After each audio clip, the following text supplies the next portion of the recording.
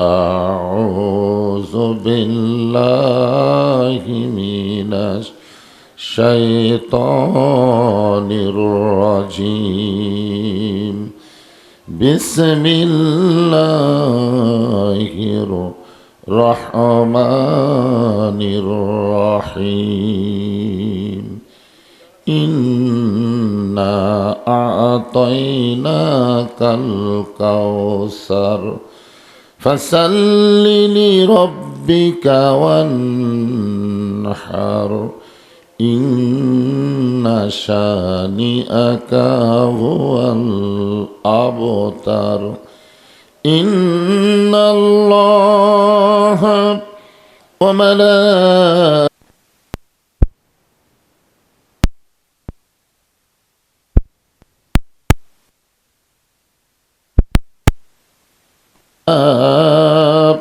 أيها الذين آمنوا صلوا عليه وسلموا تسليما اللهم صل على محمد اللهم بارك على محمد مشرق حب محمد সকলে বলি সাল্লাল্লাহু আলাইহি ওয়াসাল্লাম मतलाए दीवानी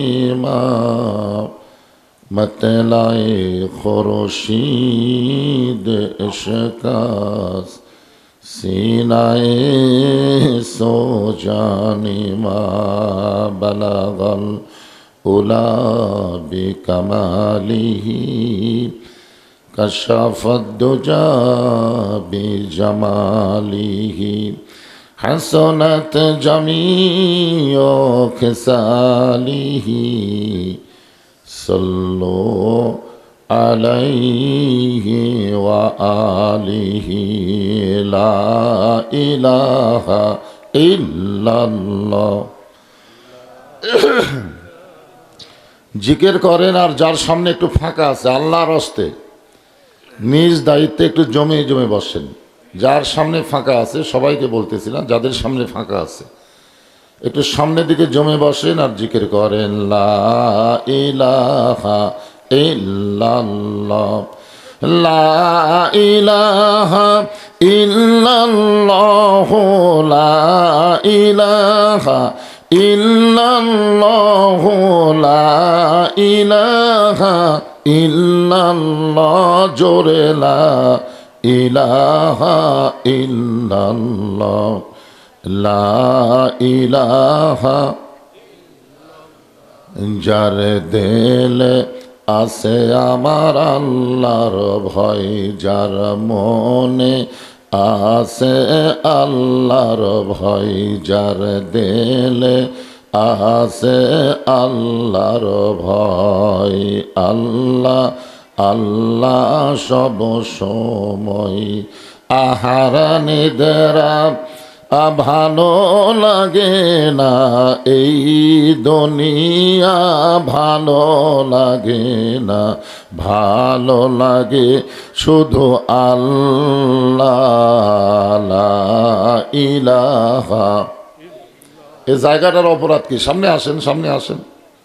যারা পিছনে আসবে পিছনে বসবে, অসুবিধা কি? আপনারা আগে এসে শেষে বসেন কেন? সামনের দিকে জমে বসেন। লা ইলাহা লা ইলাহা ইল্লাল্লাহু মুহাম্মাদুর রাসূলুল্লাহ। রাসূলের মহব্বতে সকলে বলি সাল্লাল্লাহু আলাইহি ওয়াসাল্লাম। ইটালি দক্ষিণ পাড়া হিলফুল ফুজুল সংস্থার উদ্যোগে যুবকদের কর্তৃক আয়োজিত আজকের এই ওয়াজ মাহফিলে আল্লাহ তাআলা যেনাকে সম্মানিত সভাপতির আসনে কবুল করেছেন, আজকের এই মাহফিলের সম্মানিত সভাপতি জনাব মোহাম্মদ শামসুর কবির, সম্মানিত প্রধান অতিথি জনাব মোহাম্মদ শাহিনুর রহমান শাহিন, সম্মানিত জনাব মোহাম্মদ শামসুজ্জামান বাবু, সম্মানিত সুধীজন, সম্মানিত ওলামায়ে কেরাম,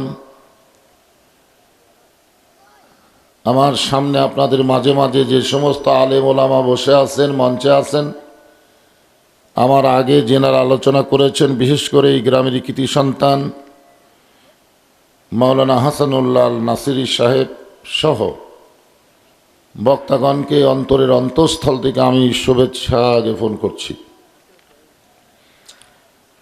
আজকের এই মাহফিলে দিনের বেলায় দিনের সমস্ত কাজ কামের মায়া মহব্বতকে উপেক্ষা করে আল্লাহ রাসূলের মাহাব্বত কলিজার মধ্যে ধারণ করে পবিত্র কোরআন কারিমের আকর্ষণে আমার সামনে যারা বসে আছেন, যিনাদেরকে আল্লাহ দয়া করে রহম করে মেহেরবানি করে এই জান্নাতের বাগানে কবুল করেছেন। আমি যখন বললাম কবুল করেছেন, তখন আপনাদের কিছু একটা বলা দরকার ছিল। কখনোই আমরা মনে করতে পারবো না যে আমি নিজের ইচ্ছা এখানে এসেছি। আল্লাহ যদি না চাইতো আমরা এই মাহফিলে আসতে পারতাম না। আল্লাহ কোরআন ইরশাদ করেন, মা সাবাকা মিন হাসানাতিন ফামিনাল্লাহ। বান্দা বান্দির দ্বারা যখন কোনো ভালো কাজ হয়, এ কাজ বান্দা বান্দি করে না, বরং আল্লাহই করায়। আপনারা বলেন, কোরআন কারিমের মাহফিলে বসা ভালো কাজ না খারাপ কাজ? তাহলে এই কাজ কে করালো? তাহলে আমরা বিশ্বাস করতে পারি, আমরা যত বড়ই পাপী হই না কেন, এই মুহূর্তে আল্লাহ আমাদের উপরে খুশি আছেন। আল্লাহ যদি খুশি না থাকতেন, এই জান্নাতের বাগানে আমাদেরকে আসবার মতন তৌফিক দিতেন না। যে আল্লাহ দয়া করে রহম করে আমার সামনে যিনারা বসে আছেন, আমি আমার অন্তরের অন্তঃস্থল থেকে আপনাদের সবাইকে শুভেচ্ছা জ্ঞাপন করছি। সম্মানিত মা বোনেরা, পর্দার অন্তরালে বসে বসে যারা আলোচনা শুনতেছেন, তাদেরকে শ্রদ্ধা জ্ঞাপন করে এই মুহূর্তে জানতে চাচ্ছি আপনারা সকলে কেমন আছেন? আলহামদুলিল্লাহ রাব্বিল আলামিন। যে আল্লাহ শারীরিক সুস্থতা, মানসিক প্রশান্তি দান করে আজকের এই কোরআন কারিমের মাহফিলে আমাদের কবুল করলেন, আমরা সে আল্লাহর উপরে খুশি না বেজার? তাহলে জবান খুলে সমস্বরে সকলে বলবো, রব্বানা লাকাল হামদ হামদান কাসীরান তাইয়িবান মুবারাকান ফিহি। আমরা এমন একজন আল্লাহ পেয়েছি যে আল্লাহ নিজেই বলেছেন, আল্লাহু লা ইলাহা ইল্লা হুয়াল হাইয়ুল কাইয়ুম। এমন আল্লাহ পাওয়া হলো ভাগ্যের ব্যাপার। আল্লাহ যদি আমাদেরকে হিন্দুর ঘরে, বৌদ্ধর ঘরে, খ্রিস্টানদের ঘরে পাঠাতো, আমরা কিন্তু আল্লাহ শব্দ উচ্চারণই করতাম না।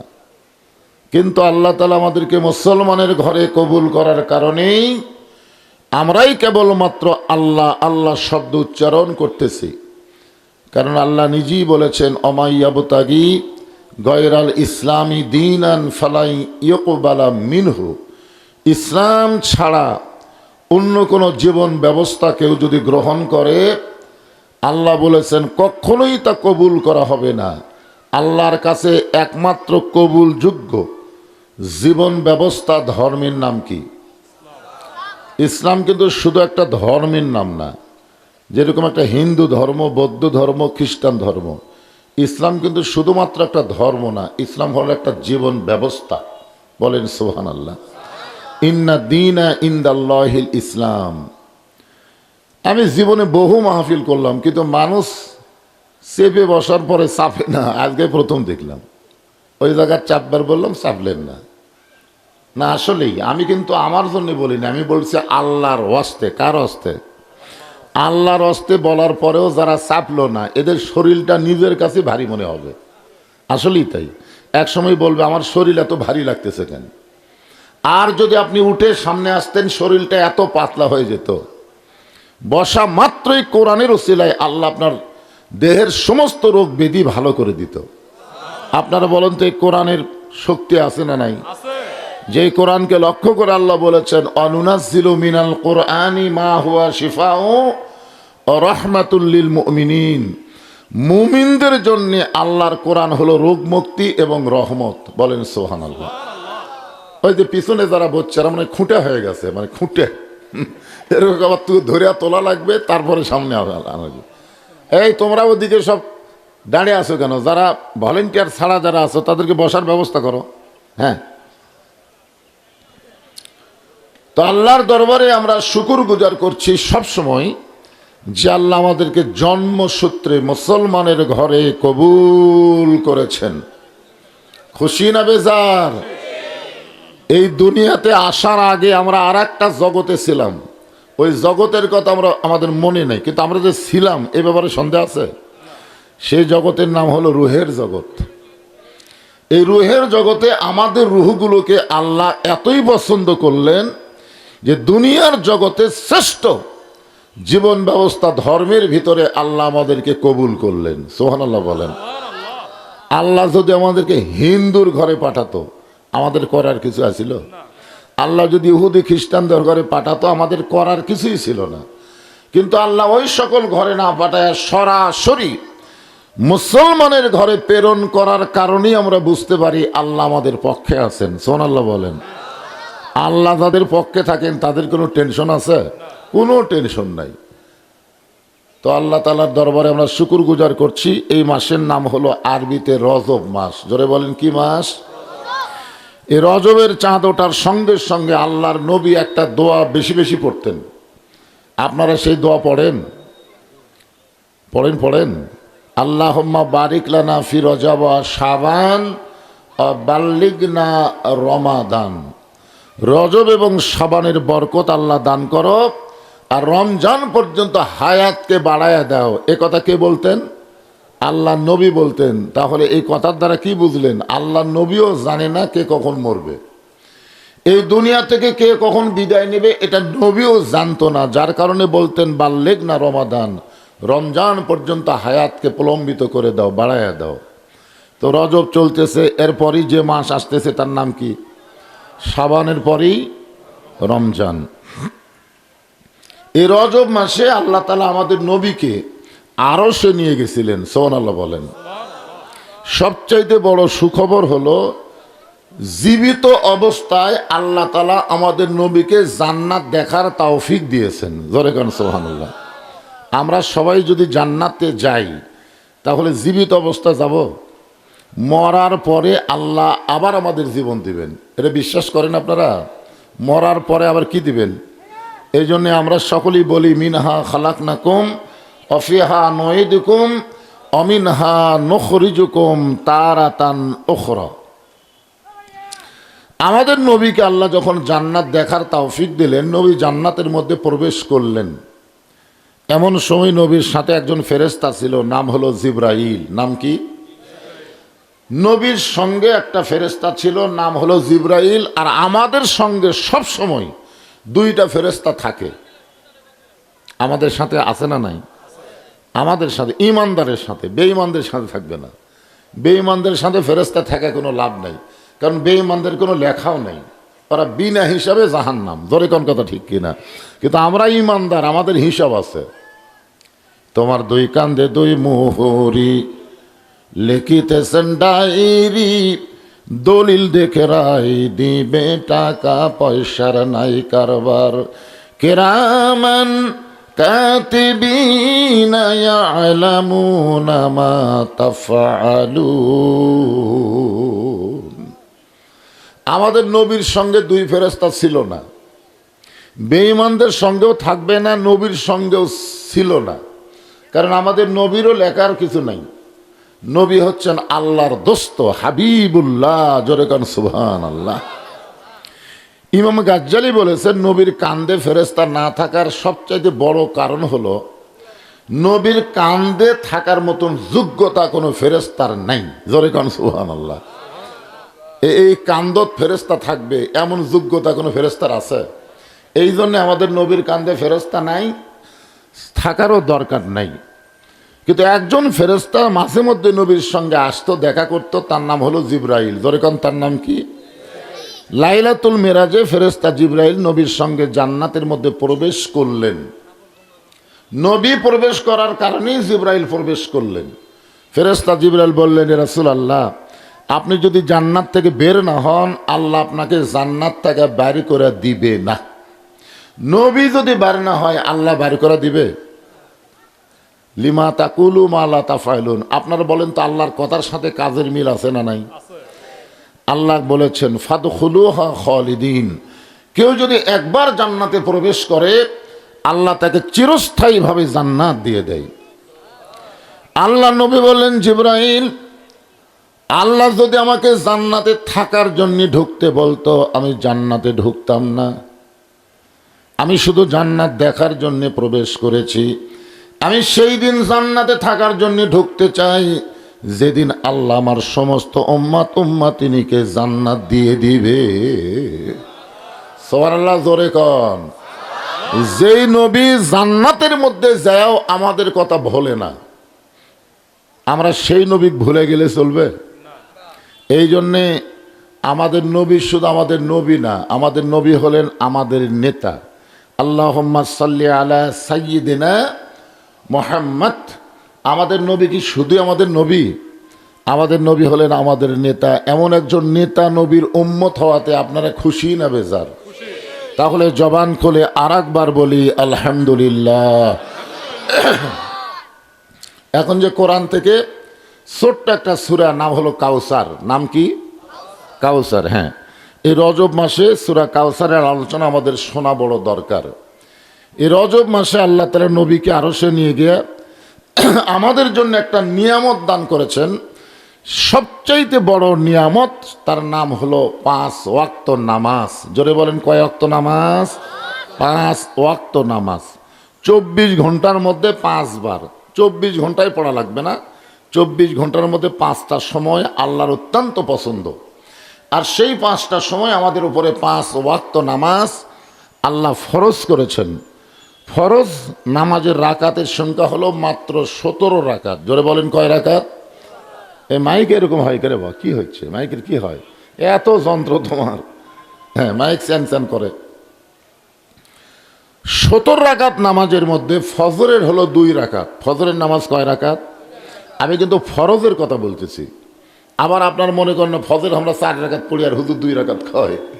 ফজরের ফরজ হলো 2 রাকাত, জোহরের ফরজ হলো 4 রাকাত, আসরের ফরজ হলো 4 রাকাত, মাগরিবের ফরজ হলো 3 রাকাত, আর এশার ফরজ হলো 4 রাকাত। এই সর্বসাকুল্যে 17 রাকাত। আর 12 রাকাত নামাজ হলো সুন্নাত। কয় রাকাত? 5 ওয়াক্তে 12 রাকাত নামাজ হলো সুন্নাত। ফজরের আগে 2 রাকাত, জোহরের আগে 4 রাকাত, জোহরের পরে 2 রাকাত, মাগরিবের পরে 2 রাকাত, এশার পরে 2 রাকাত। এই সর্বসাকুল্যে 12 রাকাত। আমরা যারা হানাফি মাযহাব তারা 3 রাকাত বেতেরের নামাজ পড়ি। এই সর্বসাকুল্যে 12 আর 17 আর 3 এই নামাজগুলো আমাদের পড়া লাগবেই। জোরে কোন কথা ঠিক কিনা? এই নামাজগুলো পড়া লাগবেই। এখন এই সূরা কাউসারের মধ্যে আল্লাহ তাআলা বলতেছেন, ইন্না আতাইনা কাল কাউসার। ওগো নবী, আমি আল্লাহ আপনাকে কাউসারের মালিক বানায় দিলাম। জোরে কোন সুবহানাল্লাহ। এখন কাউসার কি? সমস্ত তাফসীর কারক ব্যাখ্যা করেছেন, হাউজে কাউসার এমন একটা পিয়ালা, যেই পিয়ালার 1 গিলাস পানি পান করে কেউ যদি জাহান্নামেও যায় আল্লাহ জাহান্নামকে জান্নাত বানায় দেবে। মানে যে শরীরের মধ্যে হাউজে কাউসারের পানি থাকবে ওই শরীরের জন্য, ওই দেহের জন্য আল্লাহ জাহান্নামকে হারাম করে দিয়ে দিবে। সুবহানাল্লাহ বললেন না কেন?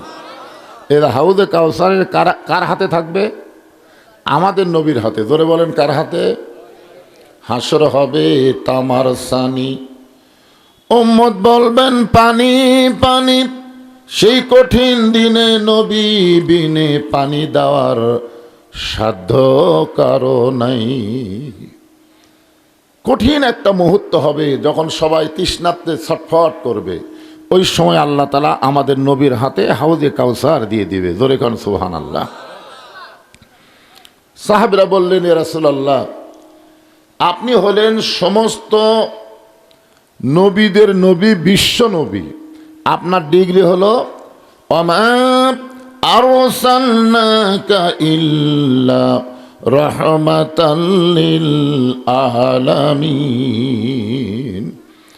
সূরা ফাতিহার প্রথমে যদি আমরা পড়ি তাহলে কি পাই? আলহামদুলিল্লাহি রব্বিল। গোটা বিশ্ব জগতের মালিককে রবকে, প্রতিপালককে। একই ব্যাখ্যা, ওমা আরসালনাকা ইল্লা রাহমাতাল লিল আলামিন। সমস্ত তাফসীর কারক ব্যাখ্যা করে বলেছেন যতটুকু এরিয়ার রব হলেন আল্লাহ, ততটুকুই এরিয়ার রহমত হলেন মুহাম্মাদুর রাসূলুল্লাহ। আমার আগে ওয়াজ করলো যে তায়েফের ময়দানে নবীকে যারা পাথর মারল, নবী তাদের জন্য গড় দোয়া করেনি, বরং হেদায়েতের দোয়া করছে, ঠিক কিনা বলেন? তাহলে বলেন তো আমাদের নবীর দয়া কম না বেশি? সাহাবেরা বললেন হাউদে কাউসারের পানি যদি সবাই আপনার কাছে কঠিন মুহূর্তে পান করতে আসে, মানে আপনার তো দয়ার সীমা নাই, তো হাসরের ময়দানে কঠিন তৃষ্ণার্ত হয়ে সবাই আপনার কাছে পানি পান করতে আসলো, আপনি সবাইকে যদি পানি পান করান তাহলে সকলের জন্যই তো জাহান্নাম হারাম হয়ে যাবে।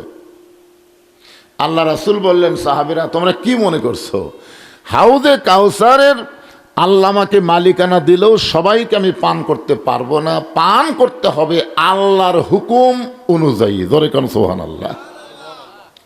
সাহাবীরা বললেন ইয়া রাসূলুল্লাহ, তাহলে কঠিন হাসরের ময়দানে হাউদে কাউসারের পানি কারা পান করবে? আল্লাহর নবী সূরা কাউসারের আয়াত তেলাওয়াত করলেন, ফাসাল্লি লিরাব্বিকা ওয়ানহার, কেবলমাত্র নামাজ আর কুরবানি এরাই পান করবে হাউজে কাউসারের পানি। যারা নামাজ এবং কুরবানি এই দুইটা আমল করবে তারাই পান করবে হাউজে কাউসারের পানি। তাহলে দুইটা আমলের মধ্যে এক নম্বরের নাম কি? নামাজ। জোরে করে এক নম্বর কি? আপনারা বলেন তো বাংলাদেশে শতকরা কত ভাগ মুসলমান? 100 জনের মধ্যে কতজন মুসলমান? কেউ কয় 85, কেউ 95, কেউ 96 কয়। অরিজিনাল খবর জানেন না নাকি? শতকরা 90 ধরেন, মানে 86ও ধরলাম না, 96 ধরলাম না, আমরা মাঝখানেরটা ধরে নিলাম যে 100 জন মানুষের মধ্যে 90 জন মানুষ মুসলমান। আপনারা বলেন তো 100 জন মানুষের মধ্যে নামাজি কতজন?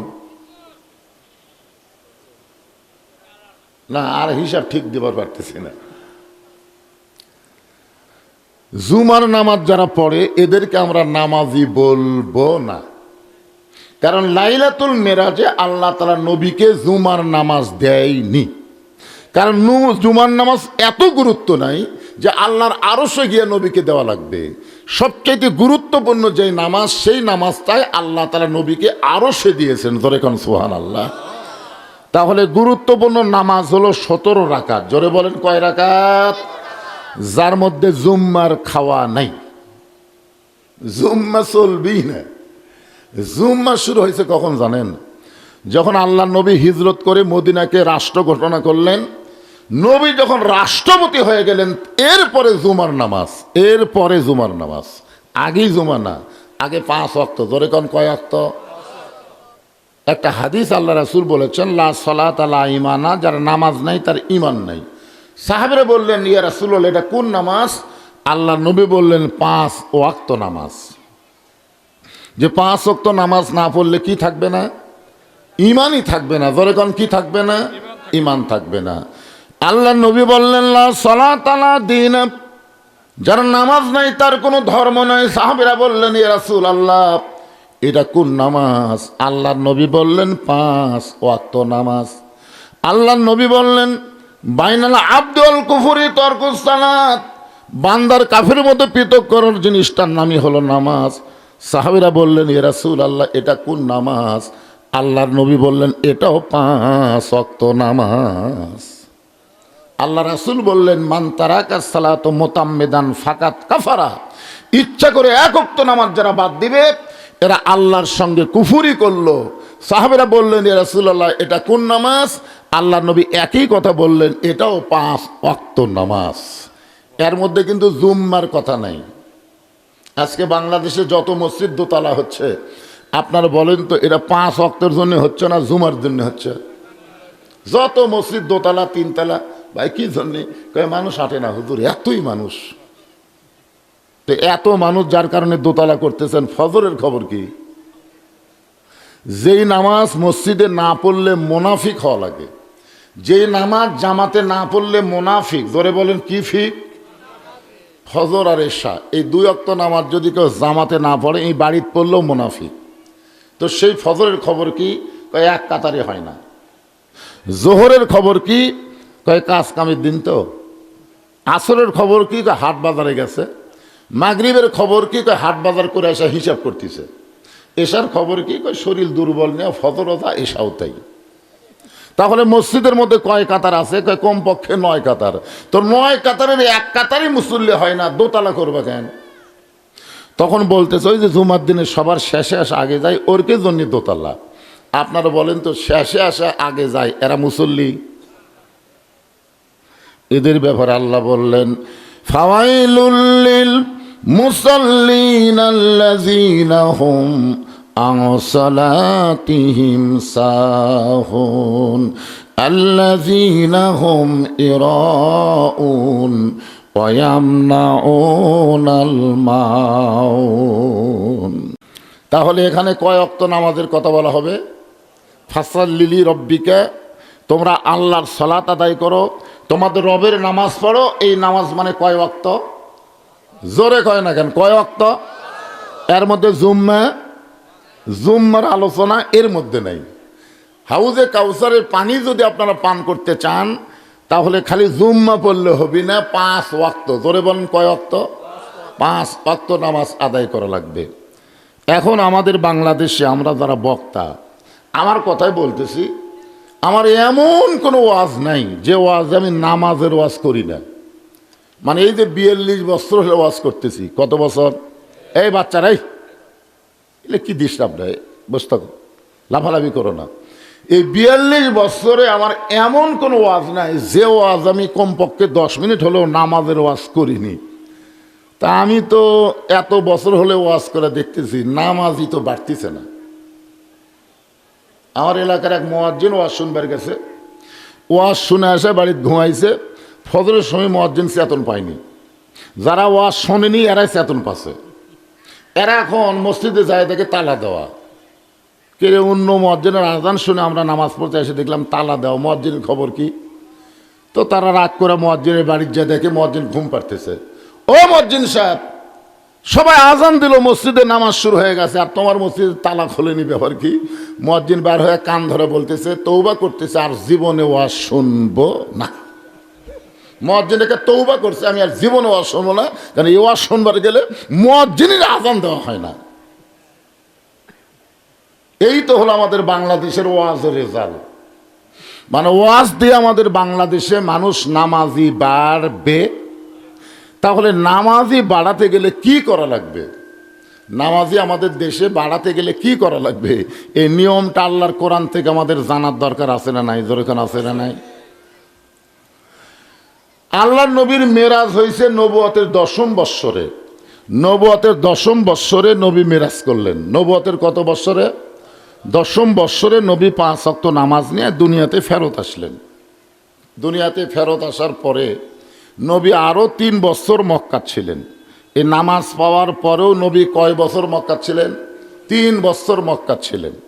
এক সময় নবী আল্লাহকে বললেন, আল্লাহ, যত জায়গায় আপনি নামাজের কথা বলেছেন প্রত্যেক জায়গায় বলেছেন আকিমুস সালাত, নামাজ কায়েম করো, নামাজ কায়েম করো।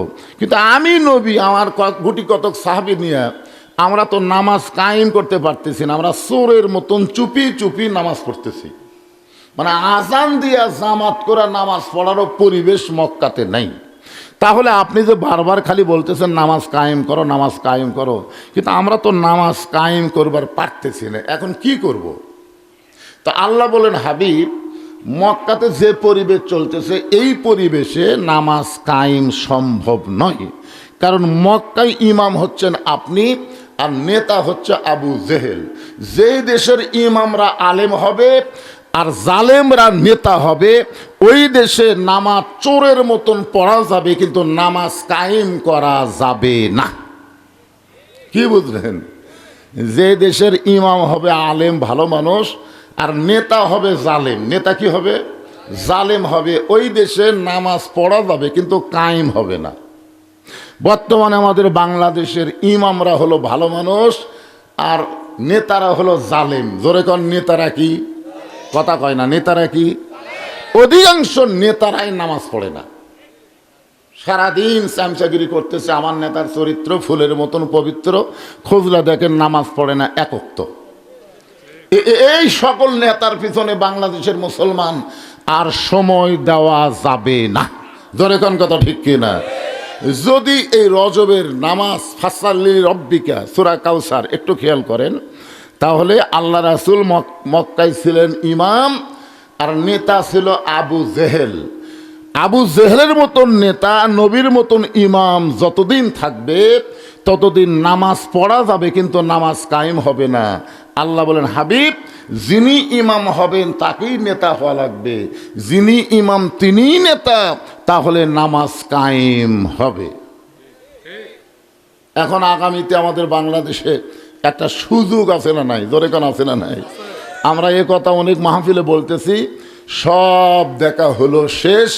আগামীতে দেখব আল্লাহর কোরআনের বাংলাদেশ। কারা কারা দেখ পারছেন? আল্লাহকে একটু হাত দেখান তো দেখি। লিল্লাহে তাকবীর। হাত নামান। দেখার নিয়ত করা কি খারাপ? দেখার নিয়ত করা তো আর খারাপ না। এখন যদি অনেকে মন খারাপ করে, হুজুর আর ওয়াজ চালো না, আরে শতকরা 90% মুসলমান। যেই দেশে 100 জন মানুষের মধ্যে 90 জনই মুসলমান, সেই মুসলমানের তো টিকা রাখবার গেলে নামাজের দরকার আছে না নাই? জোরে কোন আছে না নাই? আপনি মুসলমান দাবি করে কি করবেন? লা সালাত আলা ঈমানা, তার নামাজ নাই, তার ঈমানই নাই, আবার কিসের মুসলমান? এরপরের হাদিসে কি বলা হয়েছে? লা সালাত আলা দীনা, যার নামাজ নাই তার ধর্মই নাই, তো কিসের মুসলমান? তাহলে আমাদের মুসলমানিত্ব টিকাবার গেলে আমাদেরকে পরিবেশ পাল্টাতে হবে। পরিবেশ পাল্টাবার গেলে যিনি ইমাম তাকেই নেতা হওয়া লাগবে।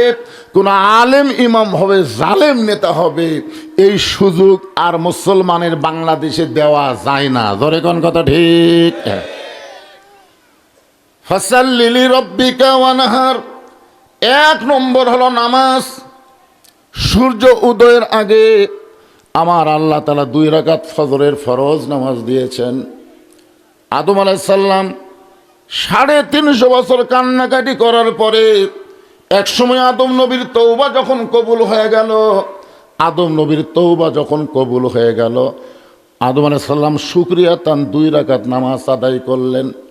আল্লাহ বলেন, হাবিব, ওই আদম নবীর 2 রাকাত নামাজ আমি আল্লাহর কাছে এতই ভালো লাগলো, আমি এই 2 রাকাত নামাজ যত্ন করে রাইখা দিয়েছি। আজকে লাইলাতুল মিরাজে আপনার উম্মতের জন্য ফজরের ফরজ হিসাবে দিয়ে দিলাম। আপনার উম্মতেরা ফজরের ফরজ 2 রাকাত নামাজ জামাতের সঙ্গে যখন আদায় করবে, আদম নবীর সম পরিমাণ সওয়াব আমি আল্লাহ দিয়া দিব। ফজরের ফরজ 2 রাকাত নামাজ যদি আমরা জামাতের সঙ্গে আদায় করতে পারি, আদম নবী 350 বছর কান্দাদের সওয়াব আছে, সেই পরিমাণ সওয়াব আল্লাহ আমাদের 1 ওয়াক্তই দিয়ে দিবে। ধরে কোন সুবহানাল্লাহ। এখন আপনারা বলেন, এ ওয়াজ শোনার পরে ফজর বাদ দেওয়া যাবে? খালি না তো ঠিকই বলতেছেন।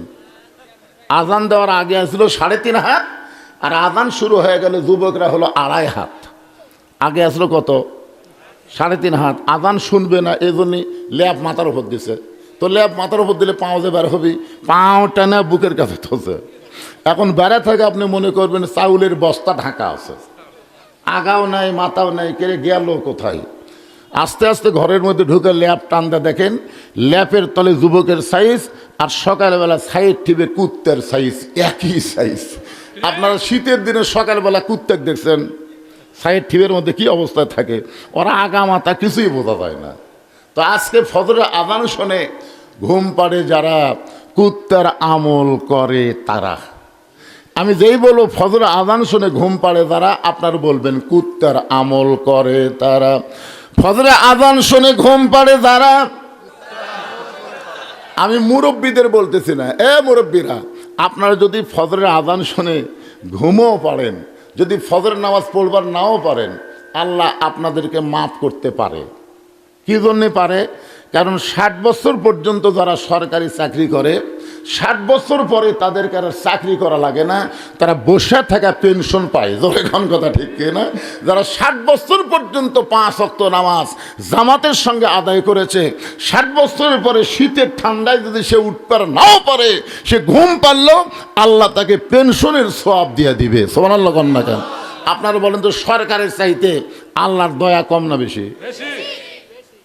হাসরের ময়দানে আল্লাহর সামনে যখন আমরা দাঁড়াবো, বুঝলেন, তখন আল্লাহ বলবে তোমার শৈশবকালের কোনো হিসাব দেওয়া লাগবে না, তোমার বুড়াকালের কোনো হিসাব আমি আল্লাহ চাই না, খালি যৌবনকালের হিসাব দিয়ে জান্নাতে যাও।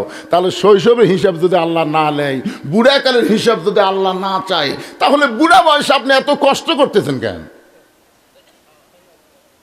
আপনি জানেন নামাজ হলো সরকারি চাকরির মতন ইবাদত, যেটা 7 বছর থেকে তালিম দেওয়া লাগবে, 10 বছর থেকে জোর করে ধরান লাগবে। জোরে কোন কথা ঠিক কি না? ওই জুয়ানকালে নামাজ পড়েনি, বুড়া বয়সে মসজিদে সিয়ার লেগেছে, 27 গুণ সওয়াব নষ্ট করবার গেছে। এরকম কিছু বুড়া আছে না নাই? জোরে কোন আছে না নাই? আপনারা বলেন তো, আপনারা বাড়ি বাদ দিয়ে মসজিদে নামাজ পড়েন কি জন্যে? মসজিদে নামাজ পড়লে 27 গুণ সওয়াব হবে। জোরে কোন কয় গুণ? এই 27 গুণ সওয়াব কি একলা একলা পড়লে হবে না, জামাতের সাথে পড়া লাগবে?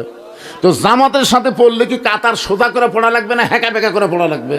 কাতার সোজা করার অর্থ হলো পায়ের গোড়ালির সঙ্গে গোড়ালি মিল করে নামাজ পড়তে হবে। তাহলে যেই বেটা চেয়ারত বসে আছে, ওর গোড়া কোনটি, আপনার গোড়া কোনটি? তাহলে যেই কাতারে চেয়ার থাকবে, ওই কাতারের মুসল্লি 27 গুণ সওয়াব পাবে না। 27 গুণ সওয়াব পাবার গেলে চেয়ার সরাতে হবে। আপনি আস্তে করে 2 নম্বর কাতারে চেয়ার দিয়ে দিলেন, 2 নম্বর কাতারের লোকেরা বলে আমরাও 27 গুণ চাই, আস্তে করে 3 নম্বর কাতারও চেয়ার দিয়ে দেন। 3 নম্বর কাতারের লোককে আমরাও 27 গুণ চাই, চেয়ার 4 নম্বরও দিয়ে দেন। এক সময় দেখা যাবে মসজিদে কোনো চেয়ার নাই, সব চেয়ার কাছে বারান্দায়। জোরে কোন কথা ঠিক কি না? কি আর কি? যৌবন বয়সে তুমি আড্ডা মারছে, আর বুড়া বয়সে চেয়ারলা মসজিদে গেছে, এটা আল্লাহ চায় না। এটা আল্লাহ চায় নামাজের ব্যাপারে, আল্লাহ এটা চায় না। আপনি অন্য কোনো বুড়া বয়সে হজ করেন, অসুবিধা নেই, করেন, যায় শুয়ে থাকে, চলে আসেন। অনেক বুড়া আমি দেখছি মক্কা মদিনায় যে খালি ঘুম পাড়ে, ওই শয়তানের পাথর মারবার পারে না, ওই কাবা ঘর তাওয়াফ করে চাপার ভয়ে যায়ও না, খালি ঘুম পাড়ে। আচ্ছি হুজুর, গেলে সব লোকজন হাজি কবি, এই যথেষ্ট। যান বুড়া বয়সে সব জায়গায় ঘুরে আসেন, জমজমের পানি খান, খুরমা খেজুর খান, যায় নামাজ কিনে নিয়ে আসেন। কি মনে করতেছেন? ইবাদত করতে গেলে একটা বয়সের দরকার আছে না নাই? যখন আছে না নাই? হ্যাঁ, একটু মনোযোগ দিয়ে শুনবেন। জোহরে 4 রাকাত ফরজ নামাজ। আমাদের জাতির পিতা হযরত ইব্রাহিম চড়কের উপরে বসে আছেন, আর নিচে নমরুদের আগুনের চুলা দাও দাও করে জ্বলতেছে। এমন সময় বাবা আজর চড়কের রশি ধরে টানতেছে, ইব্রাহিম নবীর চোখ দিয়ে দর দর করে পানি পড়তেছে। ফেরেশতা জিবরাইল বলে, ওগো আল্লাহ নবী ইব্রাহিম, আপনি যদি চান, আল্লাহ আমাকে 600 পাঁকা দিয়েছে, একটা পাকার বাতাস দিব, আগুনের চুলা সাগরের মধ্যে গিয়ে নিভে যাবে। এভাবে আপনি কেন কাঁদতেছেন? ইব্রাহিম বলে, জিবরাইল, আমি আমার বাবার দিকে লক্ষ্য করে কাঁদতেছি। দুনিয়াতে কোনো সন্তান যখন বিপদে পড়ে, ওই সন্তানকে সহযোগিতা করার জন্য বাবাই সবার আগে আসে। কিন্তু আমার ভাগ্য এত খারাপ, আমি ছেলে চড়কে বসে আছি, আর আমার বাবার রশি ধরে টানতেছে আমাকে আগুনে ফেলে দেওয়ার জন্যে। আমার মতন খারাপ বাবা এই দুনিয়ার কোনো মানুষের যেন না হয়। এই কথা বলার পরে ইব্রাহিম নবী আবার কান্দে। ফেরেশতা জিবরাইল বলে, ওগো নবী, আপনি কেন কাঁদতেছেন? ইব্রাহিম নবী বলতেছে, রে জিবরাইল শোনো, আমার বাবা মাকে নমরুদের আগুনের চুলার মধ্যে ফেলে দেওয়ার জন্য রশি টানতেছে, কিন্তু কিয়ামত পর্যন্ত এমন অনেক বাবা হবে যারা তাদের সন্তানকে জাহান্নামের আগুনে পুড়াতে চাবে। আপনার বলেন তো, নমরুদের আগুনের পাওয়ার বেশি না জাহান্নামের? তাহলে যেই বাবা নিজে একলাই নামাজ পড়ে আর বেটা বাড়িতে ঘুম পাড়ে, এই বাপ কি চায়? যেই বাপকে আল্লাহ অর্ডার করছে 7 বছর থেকে নামাজের তালিম দাও, 10 বছর থেকে জোর করে নামাজ ধরাও, সেই বাপ একলাই মসজিদে যায় আর বেটা লেফের মধ্যে ঘুম পাড়ে, ওই বাপ আসলে সন্তানের জন্য কি চায়? কথা কন না কেন, কি চায়? তোমার বাড়ির থাকে, তোমার কামাই করা খাওয়া খায়, আর ওই ল্যাপের মধ্যে ঘুম পাড়ে, আর তুমি একলা একলা গিয়ে নামাজ পড়ো, আর কি মারতিসা? আল্লাহ কোরআনে বলেছেন, কু আনফুসাকুম ওয়া আহলিকুম নার, জাহান্নামের আগুন থেকে বাঁচতে চাইলে একলা বাঁচলে হবে না, আহাল পরিবার সবাইকে নিয়ে বাঁচা লাগবে। ধরে কোন কথা ঠিক না? এক সময় জিবরাইল বলতেছে, তাহলে আপনি কি চান? ইব্রাহিম বললেন, ওগো জিবরাইল শোনো, নমরুদ আগুনের চুলা জ্বলাবার পরে, কিন্তু আমার ইমান বলতেছে আগুনে নমরুদ পুড়াবার পারবে না, পুড়ানোর ক্ষমতা হলো কার হাতে? হাসবি আল্লাহু পড়েন, হাসবি আল্লাহু নিমাল ওয়াকিল অনিমাল মাওলা অনিমান নাসির। আগুনের চুলার মধ্যে যখন আমাদের জাতির পিতা হযরত ইব্রাহিম পড়তেছে, এমন সময় আল্লাহ ঘোষণা করলেন, কুলনা ইয়া নারু কুনি বারদাও ওয়া সালামান আলা ইব্রাহিম। আগুনের চুলা ইব্রাহিমের জন্য শান্তিদায়ক হয়ে যাও। আগুন যখন শান্তির বাগান হয়ে গেল, ওই সময় ইব্রাহিম আলাইহিস সালাম আল্লাহর শুকরিয়া তান 4 রাকাত নামাজ পড়ল। ওই 4 রাকাত নামাজ আল্লাহর এতই পছন্দ হলো, আল্লাহ বলে, হাবিব ইব্রাহিম নবীর ওই 4 রাকাত নামাজ আমি আল্লাহ যত্ন করে রাইখা দিয়েছি। আজকে লাইলাতুল মিরাজে আপনার উম্মতের জন্যে জোহরের 4 রাকাত ফরজ হিসেবে আপনাকে দিয়ে দিলাম। আপনার উম্মতের জোহরের 4 রাকাত ফরজ নামাজ যখন জামাতের সঙ্গে আদায় করবে, আমি আল্লাহ খুশি হইয়া ইব্রাহিম নবীর সমপরিমাণ সওয়াব দিয়া দিব। আগুনের চুলা শান্তির বাগান পাইয়া শুকরিয়া তান 4 রাকাত নামাজ পড়ার কারণে আল্লাহ ইব্রাহিমের প্রতি যে খুশি হয়েছে, আমরা জোহরের 4 রাকাত ফরজ নামাজ মসজিদে গিয়া জামাতের সঙ্গে আদায় করলে আল্লাহ একই খুশি হবে। এখন বলেন কারা কারা জোহর বাদ দিবেন? বাদ দেওয়া যাবে না, তার মানে টানা কথা করছেন কেন? আমি তো আপনার কাছে শুনবার চাচ্ছি না, কারণ আপনি তো পড়বেনই। যারা নামাজ ধরছে এরা কি ছাড়বি? তাই এদের যে যুবকগুলো আজকের মাহফিল করতে যায়, হিলফুল ফুজুল 60 জন যুবক মাহফিল করতেছে, জোহর না পড়ছে অর্ধেক বলে পড়ছে, অর্ধেক। যুবক, তোমাদের জন্য আলোচনা। তোমরা ভালো হয়ে গেলে বাংলাদেশ ভালো হয়ে যাবে। জোরে কোন কথা ঠিক কিনা? তোমাদের জন্যই তো। যৌবন বয়সে এই নামাজটা ধরতে হবে বাদান। খালি নামাজ ধরো, আর যা করো করো। আল্লাহ রাসূল বললেন, সাহাবী, কারণ নামাজটা ধরো তো, কারণ নামাজই পারে ইন্নাস সালাতা তানহা আনিল ফাহশাই ওয়াল মুনকার। একমাত্র নামাজই পারে মানুষকে যাবতীয় বেহুদা এবং অশ্লীলতা খারাপি থেকে বাঁচায় দিতে। ধরে কোন সুবহানাল্লাহ।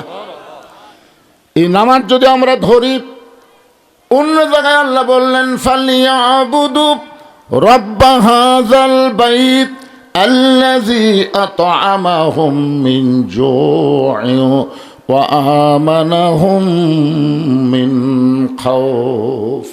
ওই ঘরের মালিকের তোমরা গোলামি করো, অর্থাৎ তোমরা নামাজ পড়ো, আল্লাহ তোমাদেরকে সাথে সাথে 2টা পুরস্কার দিয়ে দিবে। জোরে বলেন কয়টা? 1 নম্বর পুরস্কার হলো তোমার রেজেকের কোনো পেরেশানি থাকবে না।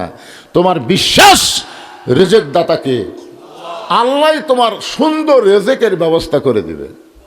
2 নম্বর পুরস্কার হলো যাবতীয় ভয় ভীতি থেকে আল্লাহ তোমাকে পুরাপুরি নিরাপত্তা দিয়ে দিবে। আপনারা জানেন, ভারতের একটা উগ্রপন্থী মন্ত্রী কিছুদিন আগে একটা ভাষণ দিয়েছে যে বাংলাদেশের টুপিওয়ালারা আগামীতে ক্ষমতায় যাওয়ার চেষ্টা করতেছে। টুপিওয়ালারা তো জানে না 3 দিকে ভারত, 1 দিকে সাগর। যদি বাংলাদেশের মৌলবাদী কোরআন নিয়ে সংসদে যায়, আমরা ভারত এমনভাবে আক্রমণ করব, এই টুপিওয়ালারা পলানার রাস্তা পাবি না। তখন আমাকে কই, হুজুর কোরআন নিয়ে সংসদ যাবেন? ভারত যে খেপা খেপছে। আমি বললাম, ফেরাউনও মুসার উপর খেপেছিল, লাভ হয়নি, লাভ হয় নাই। 3 দিকে মুসার ফেরাউনের সৈন্য লাঠি নিয়ে দাঁড়াইছিল, একদিকে ছিল সাগর। ফেরাউন বলেছিল, মুসা পালাবি কোন দিক দিয়ে? আমরা লাঠি নিয়ে দাঁড়াই আছি, সামনে সাগর। আল্লাহ যদি মুসা নবীকে সাগর রাস্তা বানাই দেবার পারে, এখন আমাদের সে আল্লাহ আছে। ধরে খান কথা ঠিক কিনা? 3 দিকে ভারত, 1 দিকে সাগর। সাগর হবে রাস্তা, আর সমস্ত ভারতের মালওয়ানের বাচ্চাকে সাগরে আল্লাহ ডুবাইয়া মারবে। ধরে খান কথা ঠিক কিনা? সমস্ত ভয় ভীতি থেকে পুরোপুরি নিরাপত্তা দেওয়ার মালিককে। আর এইটা আদায় হবে কেবলমাত্র নামাজের দ্বারা। ধরে বলেন কিসের দ্বারা? একটু মনোযোগ দেন।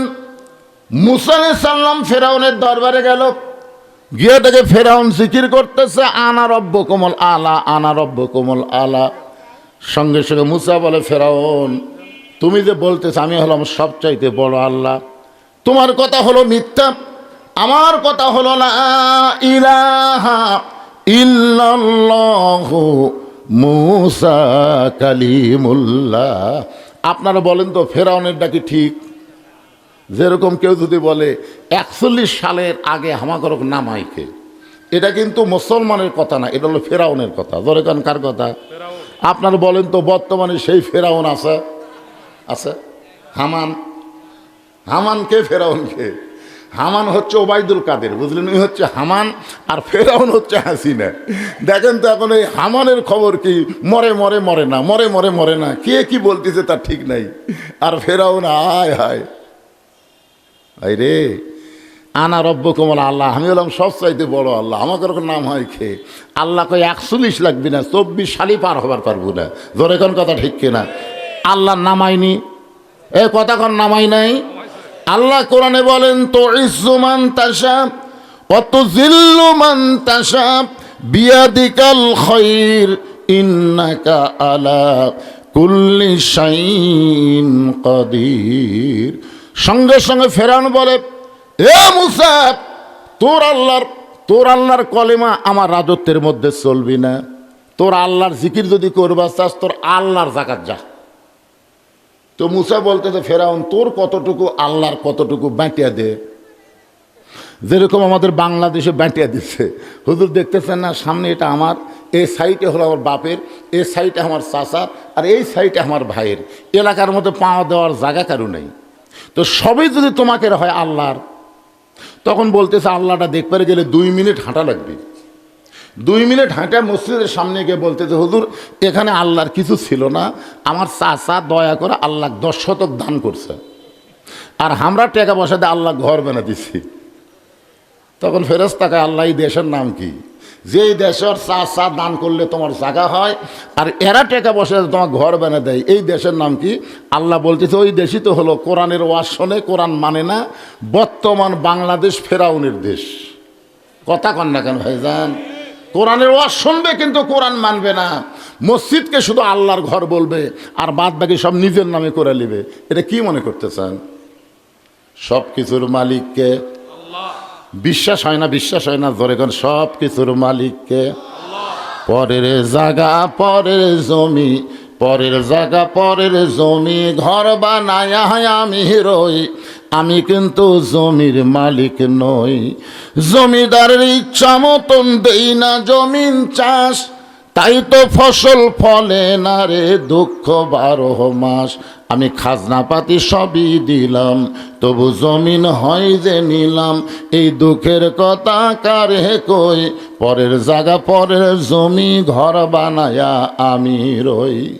সঙ্গে সঙ্গে মুসা নবীর রাগ এত বেড়ে গেল, আল্লাহ বলে, মুসা রাগ করো না, উদউ ইলা সাবিল রব্বিকা বিল হিকমা। আমি আল্লাহ তোমাকে ফেরাউনের কাছে পাঠাইছি মারামারি করার জন্যে না। সঙ্গে সঙ্গে ফেরাউন বলতেছে ধর। যেই বলছে ধর, মুসা বলতেছে আল্লাহ ফেরাউন তার গোষ্ঠী নিয়ে আমাকে ধরবার চায়।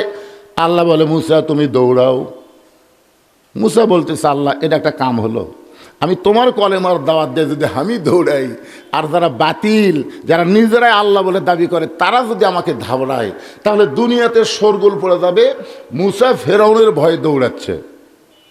আল্লাহ বলতেছে এটাই হেকমত রে পাগলা, জাগা মতো যা, জাগা মতো যা, কার ধরা কে ধরে সেটা পরেই দেখতে পারবি। মুসা নবী দৌড়াইতে দৌড়াইতে সাগরের কিনারা, ফেরাউন সৈন্যরা 3 দিক দিয়ে ঘেরাও করেছে। এবার ফেরাউন বলে মুসা পালানোর কোনো রাস্তা নাই। সঙ্গে সঙ্গে মুসা বলতেছে আল্লাহ, 3 দিকে ফেরাউন লাঠি সোটানে দাঁড়াইছে, সামনে সাগর। আল্লাহ বলেন নাসরুম মিনাল্লাহি ওয়া ফাতহুন কারীব ওয়াবাশশিরিল মুমিনিন। তোমার হাতে কি লাঠি নাই? বলে হ্যাঁ, আঘাত করো। সাগরকে আল্লাহ যখন 12 লাইন রাস্তা বানাই দিল, সবচাইতে বড় রাস্তায় সাগরের তলদেশে রাস্তা পাইয়া মুসা নবী এক নিহতে আল্লাহর শুকরিয়া তান 4 রাকাত নামাজ আদায় করলো।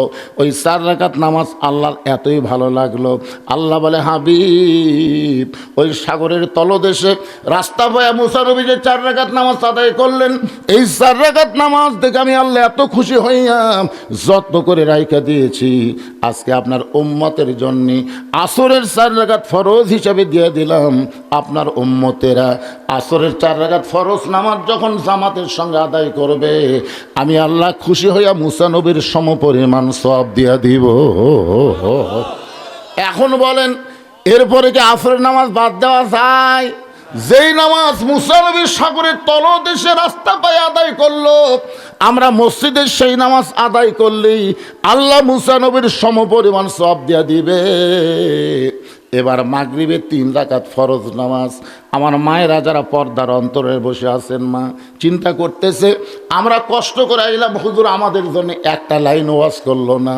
এই মাগরিবের 3 রাকাত নামাজের মধ্যে আমার মা বোনদের ওয়াজ রয়েছে। সুবহানাল্লাহ খান। এই মাগরিবের 3 রাকাত নামাজ আমরা পাইছি ইয়াকুব আলাইহিস সালামের কাছ থেকে। ইয়াকুব নবীর নাম শুনছেন আপনারা? ইয়াকুব নবী বাস করিতেন কেনানে, সবার চাইতে ভালোবাসতেন ইউসুফকে।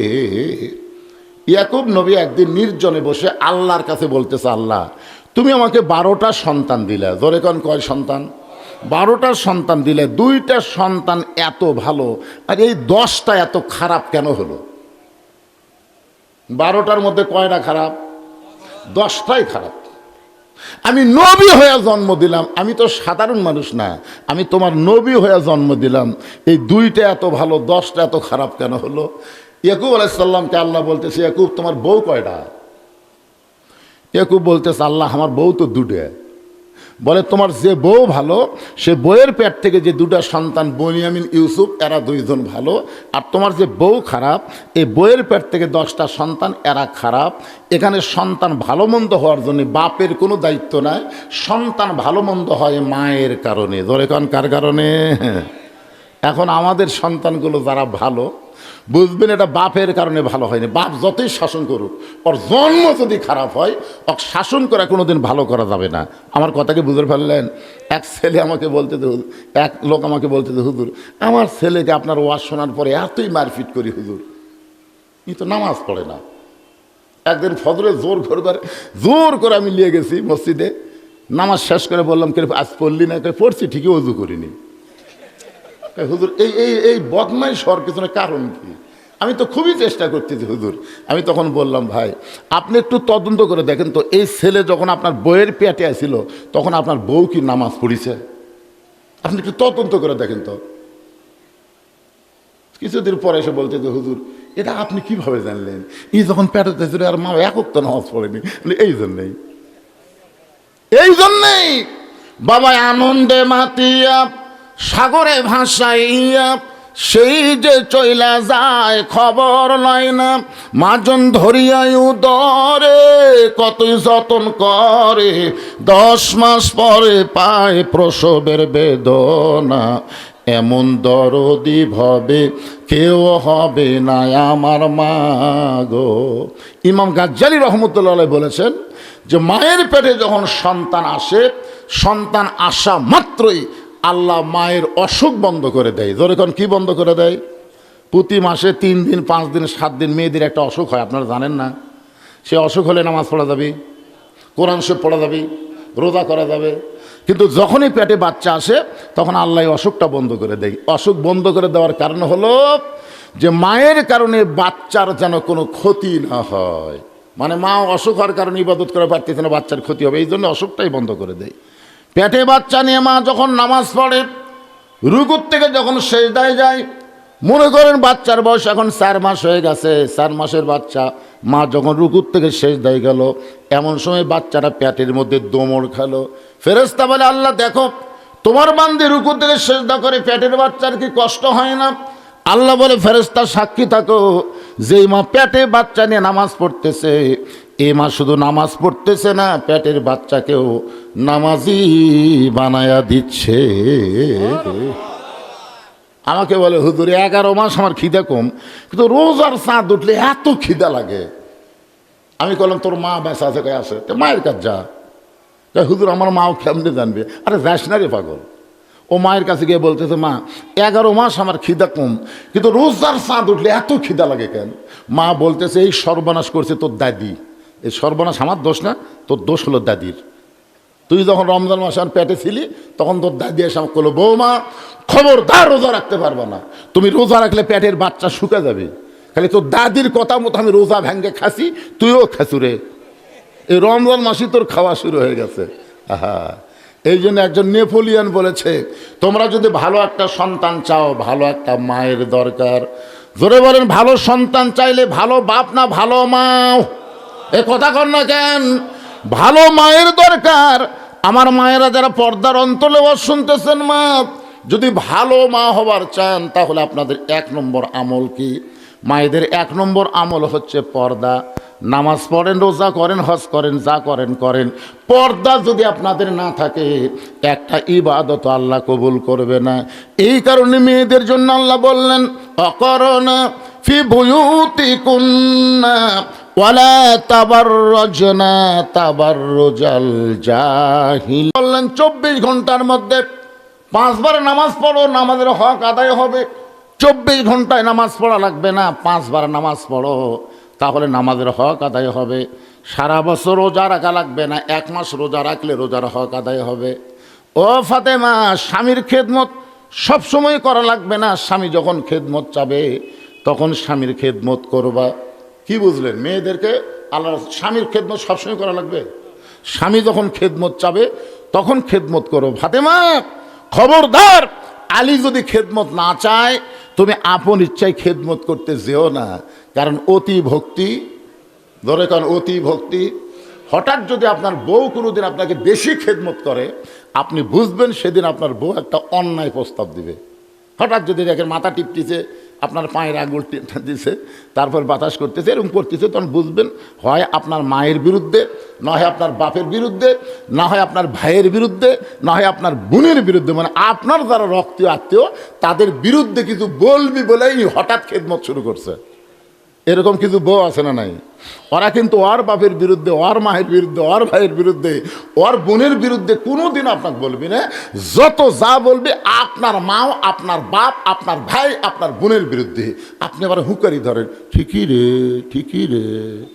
আপনার বাপ মায়ের বিরুদ্ধে কথা বলা মাত্রই পুরানা চামড়ার জুতা যদি বাড়ির থাকে, বাড়ির পুরানা চামড়ার জুতা আছে যেটা আর পাওয়ার দেওয়া যায় না, ওই জুতা দিয়ে 3টা বাড়ি মারবেন, 3টা ওমরা হজের সব পাবেন। 3টা বাড়ি, 3টা ওমরা হজের সব। কি আপনার মায়ের বিরুদ্ধে, আপনার বাপের বিরুদ্ধে আপনার বউ কথা বলার অধিকার কোথায় পেল? আপনি জানেন যে বউকে সকালে ছাড়লে বিকালে বিয়ে করা যায়, যে বউ মরে গেলে বউয়ের অভাব নাই। আর আপনার বাপ মা যদি মরে যায়, কিয়ামত পর্যন্ত কান্দেন তো ভাবেন যে তাহলে আপনার সামনে আপনার ভাইয়ের, আপনার বোনের একই উদরের মধ্যে ছিলেন আপনার ভাই বোন, আর তারকে বিরুদ্ধে আপনি কথা বলে আর আপনি মাথা লড়ান, হো রে ঠিকই রে। ভাই বোনের বিরুদ্ধে বললে চামড়ার জুতা না, পন্সের স্যান্ডেলের যদি থাকে, ওটাতে পিঠের উপর 3টা মারবেন, 3টা। তোর এখন কয়টা? ওই কান ধরে তওবা করবি, আর কোনোদিনও অভিনয় করবি না। মায়েরা চিন্তা করতেছে আমাকে ওয়াজ না করাই ভালো রে, এই নামাজের ওয়াজ করতেছিল সেটাই করুক, আবার হট করে আমাকে একটা পার হয়ে গেল কেন? মায়েরা শোনেন, মাগরিবের 3 রাকাত নামাজ, সেই কথা বলতে গিয়ে আপনাদের কথা বলতেছে। মা শোনেন, আল্লাহ নবী বলেন, ফাতেমা মেয়েদের সবচাইতে গুরুত্বপূর্ণ আমল হলো পর্দা। এই পর্দার কোনো ওয়াক্ত নাই মা, এই পর্দা হলো সব সময় ফরজ। এই পর্দার কোনো ওয়াক্ত নাই মা, এটা মেয়েদের জন্য সব সময় ফরজ। নামাজের ওয়াক্ত আছে, রোজার মাস আছে, স্বামীর খেদমত স্বামী যখন চাবে, কিন্তু পর্দার কোনো সময় নাই, এটা সব সময় নারীদের জন্য ফরজ। আমি একটা কথা শুনতেছি, আপনাদের এলাকায় কি মেয়েরা মাথার চুল বেচা খায়? আচ্ছা, আপনারা যদি এটা জানেন, যদি আপনারা জানেন যেই গ্রামে চুল কেনার জন্য কোনো ফেরোওয়ালা ঢুকবে আর মরদ মানুষেরা যদি তাকে একটা ধাবার দেওয়ার পারেন, একটা ধাবার দিলে একটা যুদ্ধের সব পাবেন। আপনারা জানেন, আপনার বলেন তো, মেয়ে মানুষে মরে গেলে মেয়েদেরকে যে 5টা কাপড় দেয়, আপনাদের এলাকার মেয়েরা মরলে কয় কাপড় দেয়? পুরুষের দেয় 3টা, মেয়েদের 5টা। পুরুষের 3টার মতোই মেয়েদেরকে 3 কাপড় পরানো হয়, আর 2 কাপড় অতিরিক্ত 2 জায়গাত বান্ধা লাগে। একটা হলো সিনা বাঁধ আর একটা হলো মাথা বাঁধ। আপনারা বলেন তো, যে মেয়েটা জীবিত অবস্থায় মাথার চুল বেচা খাচ্ছে, সেই মেয়েটা মরে গেলে তার মাথা বান্ধে কোনো কাম হবে? রাসূলের হাদিস অনুযায়ী মেয়েদের মাথার চুল শুধু একজন ব্যক্তি লাড়িয়া ছাড়া দেখতে পারবে, একজন ব্যক্তি। মেয়ে যখন যুবতী হবে বাবাও পারবে না, মেয়ে যুবতী হলে বাবাও তার মেয়ের মাথার চুল লাড়িয়া ছাড়া দেখতে পারবে না, ভাইও পারবে না। শুধু একজনই পারবে পুরুষের মধ্যে, তিনি হলেন তার স্বামী। স্বামী ছাড়া অন্য কোনো পুরুষ মেয়েদের মাথার চুল লাড়িয়া ছাড়া দেখতে পারবে? কথা কন না কেন? কিন্তু যেই ফেরোওয়ালা চুল কিনতেছে, ওই কিভাবে কিনতেছে? লাড়া ছাড়া কিনতেছে না। চুল একদিকে কাঁচা 1 টাকা তুলে দিয়ে দিয়ে চুল তুলে দিয়ে, চুলের কিন্তু দাম আছে। এক লোক আমাকে বললো, হুজুর 1 কেজি চুলের দাম বলে 10,000 টাকা। তাহলে 1 টাকার ওজনে 200 টাকা দিবি তো সামান্য চুল কম হচ্ছে। তখন বলে, ভাবি এ হতেই হলো না ভাবি। তখন বলতেছে, ভাই একটু ধৈর্য ধরেন, নিয়ে আসতেছি। ঘরের মধ্যে যায় মুড়িয়া চিরুনি দিয়ে, বুঝলেন, পটাপট চুল ছিঁড়ে এনে, ভাই এখন দেখেন তো হয় কি ভাই। তখন ফেরওয়ালা চুল হাতত নিয়ে নেড়ে চেড়ে বলতেছে, ভাবি তাও টান তো কি করবেন, ঠিক আছে থাক, আগামী সপ্তাহে একটু বেশি দিবেন। এই যে আগামী সপ্তাহ বেশি দিবার চাই, লাড়িয়া ছেড়ে চুল কিনে লে গেল। ওই মেয়ে মানুষ মারা গেলে ওর মাথার কাপড় বান্ধে কোনো লাভ হবে? জোরেগান হবে। যেই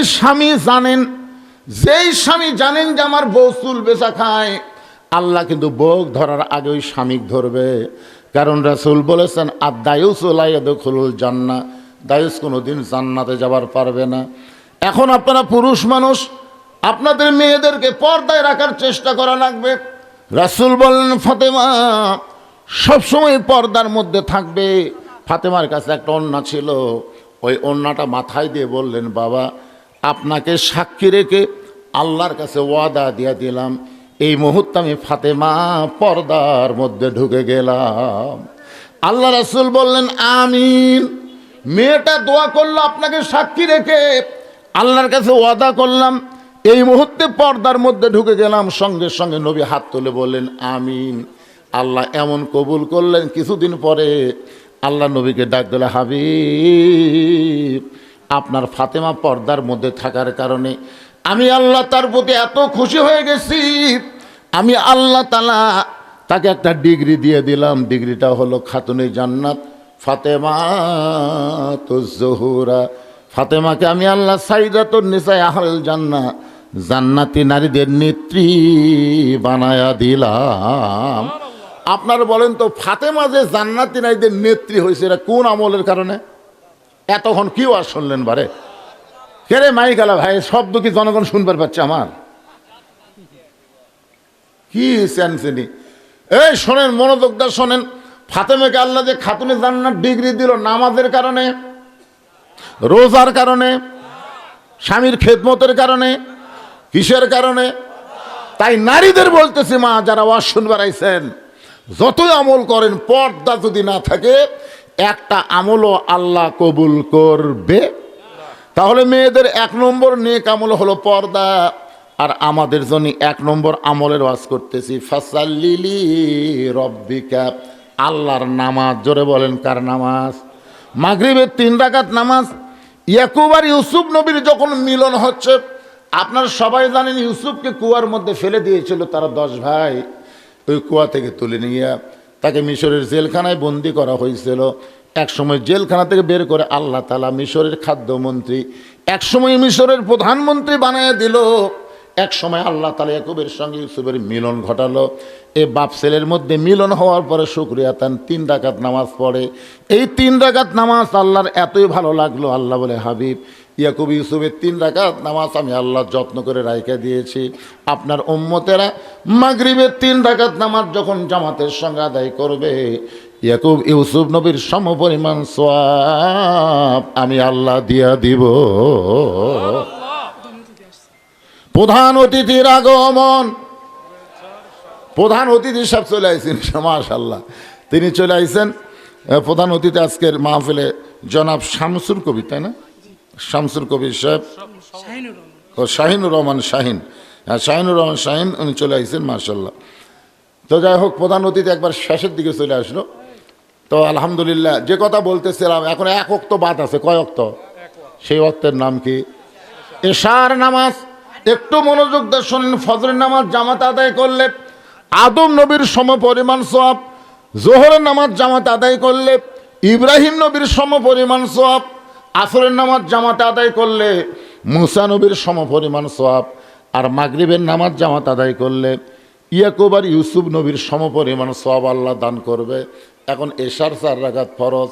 আমাদের নবীর আগে একজন নবী দুনিয়াতে আইছিলেন, সেই নবীকে আল্লাহ তাআলা নিয়ে গেছেন, কিন্তু মৃত্যুর মাধ্যমে তাকে নেন নাই, তাকে জীবিত অবস্থায় নিয়ে গিয়ে চতুর্থ আসমানে সযত্নে রাখছেন। আপনারা বলেন তো সেই নবীর নাম কি? আরো জোরে বলেন। ঈসা নবীকে আল্লাহ যখন দুনিয়া থেকে আসমানে নিয়ে গেল, এমন সময় ঈসা নবী আল্লাহকে বললেন, আল্লাহ, মানুষ দুনিয়াতে মরার জন্যই যায়, মানুষ দুনিয়াতে বাঁচার জন্য না মরার জন্যে? আমরা দুনিয়াতে কি জন্য আছি? কথা কয় না বাড়ি, সত্যি কথা কয় না রে। আপনি যতই 3 তলা 4 তলা 5 তলা বাড়ি করেন, থাকতে পারবেন নাকি? খালি বারবার ঘাড় ঘুরে কি দেখতেছেন ভাই?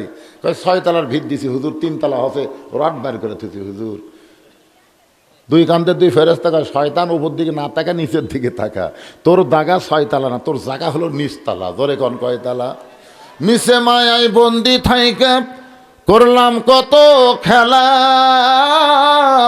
পশ্চিমে তাকায়া দেখো তোমার ডুইবা গেছে বেলা, এক পলকের নাই ভরসা, এক পলক। এখান থেকে বাড়ি যাওয়ার মতন গ্যারান্টি আছে? এক পলকের নাই ভরসা, মিশে সকল আশা, কখন বুঝি দারুণ ঝড়ে ভাঙবে তোমার বাসা।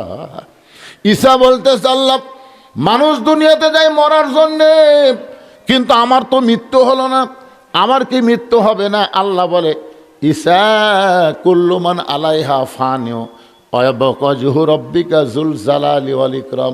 শুধু একজন মরবে না, তিনি হলেন আল্লাহ। আল্লাহ ছাড়া আজরাইলকেও মরা লাগবে। যে আজরাইল আমাদের জান কবজ করছে, তুমি মনে হয় মরবি না? মরবে? আচ্ছা বলেন তো, আজরাইলের জান কে কবজ করবে? আজরাইল নিজে নিজের জান কবজ করার সময় বলবে, আল্লাহ নিজের জান নিজকে কবজ করা লাগবে। এই কথা যদি আগে জানতাম, এই দায়িত্ব আমি কোনোদিন নিতাম না। চিন্তা করে দেখেন, সবাই চলে যাবে। আল্লাহ বলেন, ঈসা রে, তোমারও মৃত্যু হবে। ঈসা বলতেছে, আল্লাহ আমার মৃত্যুকে চতুর্থ আসমানে হবে। আল্লাহ বলে, ঈসা তোমার মৃত্যু আবার দুনিয়াতে হবে। ঈসা বলে, আল্লাহ আবার কি নবী করে আপনি দুনিয়াতে আমারে প্রেরণ করবেন? আল্লাহ বলে, ঈসা রে, তোমাকে আবার নবী করে প্রেরণ করা হবে, তবে নবী করে নাই, তোমাকে বিশ্ব নবীর উম্মত করে দুনিয়াতে প্রেরণ করব। যেই বলছে বিশ্ব নবীর উম্মত করে প্রেরণ করব, সঙ্গে সঙ্গে ঈসা নবীর শুকরিয়াতান, বিশ্ব নবীর উম্মত হওয়ার খবর পাইয়া শুকরিয়াতান 4 রাকাত নামাজ পড়ে। আল্লাহ বলে, ঈসা তুমি 4 রাকাত নামাজ পড়ে কি বুঝাবার চাও? ঈসা বলতেছে, আল্লাহ আপনি আমাকে নবী করেছিলেন, এত খুশি আমি হতে পারিনি আল্লাহ, কিন্তু বিশ্ব নবীর উম্মত করে প্রেরণ করবেন, এই খুশিতে শুকরিয়া তার 4 রাকাত নামাজ পড়লাম। আল্লাহ বলে, হাবিব, ওই ঈসা নবীর 4 রাকাত নামাজ আমার এতই ভালো লাগলো, আমি আপনার উম্মতের জন্য এশার 4 রাকাত নামাজ হিসেবে দিয়ে দিলাম।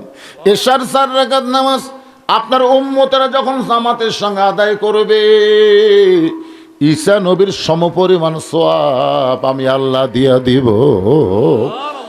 এখন আপনারা বলেন, আর নামাজ বাদ দেওয়া যাবে? এখন বলা হচ্ছে ওয়ানহার, শুধু নামাজ দিলে হবে না তো, কুরবানি। কুরবানি এই 2টার বিনিময়ে হাউজে কাউসারের পানি। এখন আপনারা ভাবতেছেন, হুজুর আমরা অনেক গরিব মানুষ আছি, আমরা 5 ওয়াক্ত নামাজ পড়বার পারবো হুজুর, কিন্তু আমরা তো কুরবানি দিবার পারবো না। তাহলে আমাদের জন্য কি হাউজে কাউসার নাই? এই কুরবানি মানে গরু খাসি কুরবানি না বাজান। এই কুরবানি হলো ইমানের দাবি যদি কুরবানি হয়, ইমানের দাবি যদি কুরবানি হয়, সেই কুরবানি ঘরে বসে থাকা নয়। ওসমান হাদিকে অনেকে বলেছিল, ওসমান হাদি ভাই আপনি যে কোনো সময় আপনাকে হত্যা করতে পারে, আপনি একটু নিরাপদে থাকেন। ওসমান হাদি তখন বলেছিল, এই জীবন আল্লাহর জন্য কুরবানি করে দিলাম। দেখুন সুবহানাল্লাহ। আকাশেতে লক্ষ তারা, একটা চাঁদের আলো হাজার কোটি মানুষের চাইতে একজন ওসমান হাদি আল্লাহর কাছে অনেক ভালো। আপনারা বলেন তো, ওসমান হাদি নিজের জীবনকে ইনসাফের জন্যে আল্লাহর জন্যে কোরবানি করলো, যার কারণে গোটা বাংলাদেশের তরুণ যুবকেরা ওসমান হাদির জন্যে পাগল হয়ে গেল। ওসমান হাদি দুনিয়া থেকে বিদায় নেওয়ার পরে আমার গ্রামে, যে গ্রামে আমি জন্মগ্রহণ করছি, এই গ্রামে দুটা ছেলে হয়েছে। কয়টা ছেলে? দুটা ছেলে, উত্তরপাড়া দক্ষিণ পাড়া। আমি শুনলাম 2 ছেলের নামই রাখছে ওসমান হাদি, দুটার নামই। তা আমি একদিন খুশি হয়ে বেড়াতে গেলাম, যাই বললাম, কে রে ভাই কোনটা আগে হচ্ছে? কচ্ছে আমারটা 15 দিন আগে, ওরটা 15 দিন পরে। তো 2 জনের নামে ওসমান হাদি রাখলা কেন? কয় হুজুর এই মুহূর্তে ওসমান হাদির চাইতে ভালো নাম তো আমরা খুঁজে পাচ্ছি না। তখন আমি বললাম, আল্লাহ তোমার রাস্তায় যারা নিজের জীবনকে কুরবানি দেয় এরা আসলে মরে না, এরা প্রত্যেক গ্রামে গ্রামে নতুন করে আবার জন্ম নেয়। ধরে কোন কথা ঠিক কিনা? এই কারণে আল্লাহ বললেন, ওয়ালা তাকুলু লিমান ইউকতালু ফি সাবিলিল্লাহি আমওয়াতুন বাল আহইয়াউ ওয়ালাকিন লা তাশউরুন। আল্লাহর জন্য নিজের জীবন কুরবানি দিতে হবে প্রয়োজন হলে। অসুবিধা আছে? বুখারী শরীফের একটা হাদিস আপনাদের শোনাই। মান সাআলাল্লাহু তাআলা, এটাই শেষ কথা, আর বলবো না। মান সাআলাল্লাহু তাআলা আশ-শাহাদাতা বিসিদকিন বাল্লাগাহুল্লাহু মানাজিল আশ-শুহাদা ওয়াই মাতা আলা ফিরাশিহি, রাওয়াহুল বুখারী কিতাবুল মাগাজি। আল্লাহ রাসূল বলেছেন, কোনো ব্যক্তি নিজের জীবনকে আল্লাহর জন্য কুরবানি করবেন শাহাদাতের তামান্নিয়া, কোরআন বিজয়ের আশায়। কিসের আশায়? কোরআন বিজয়ের জন্য আল্লাহর জীবনকে কুরবানি করবে। আর শাহাদাত মানে কুরবানি করবে। ওই মাতা আলা ফিরাশিহি, সে যদি নিজের বিছনাতেও মৃত্যুবরণ করে, বাল্লাগাহুল্লাহু মানাজিল আশ-শুহাদা, হাসরের ময়দানে আল্লাহ তাকে শহীদদের কাতারে দাঁড় করায় দিবে।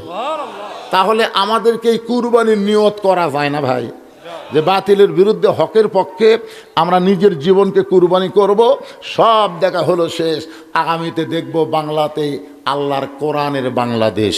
একটু নিয়ত করা যায় না? জোরে কার নিয়ত, এটাই কুরবানি। এই কুরবানি আর এই নামাজ দুইটার সমন্বয়ে আমরা পান করব হাউজে কাউসারের পানি।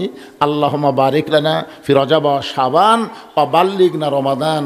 আল্লাহ রমজান পর্যন্ত আমাদের হায়াতকে প্রলম্বিত করে দাও। সবাই বসেন, দোয়া হবে, বসেন, সবাই বসেন।